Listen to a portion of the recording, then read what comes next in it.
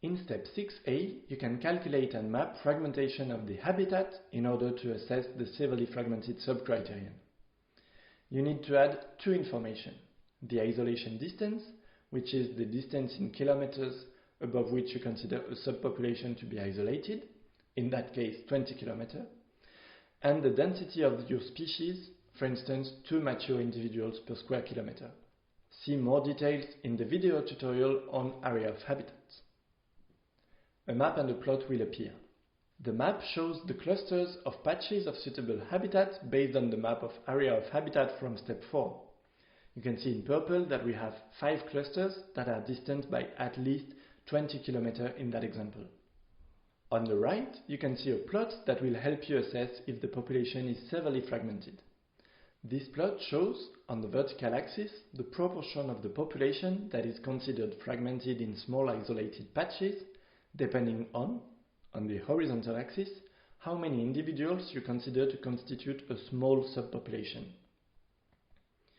If you think that a small subpopulation is 500 individuals, then you can see here that about 15% of your population is living in small isolated patches, so that the population would not be considered severely fragmented.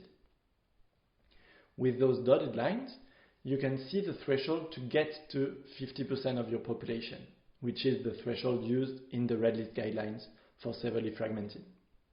So in practice, if you consider that this number, which is 1,606 mature individuals in a subpopulation, is a small subpopulation, you can consider that your population is severely fragmented. Conversely, if you think that the threshold is much lower, then it means that the population is not severely fragmented. Finally, you can also get an estimation of the maximum subpopulation size if you consider that each cluster of the map is indeed a subpopulation, and the proportion of total mature individuals living in one subpopulation. Both are parameters of criterion C2a. Both density and isolation distance fields allow you to put uncertainty in your estimates. If you don't know if the isolation distance is 10 or 35 kilometers, you can put both separated with a hyphen. Of course, it will make the plots a little bit more complex, but we calculate it with both and display both results. You can see here on the left plot that the uncertainty in the isolation distance makes some difference. With 10 kilometers, we have 9 clusters.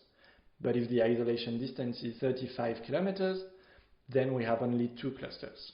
It also changes what needs to be a small subpopulation to be considered severely fragmented.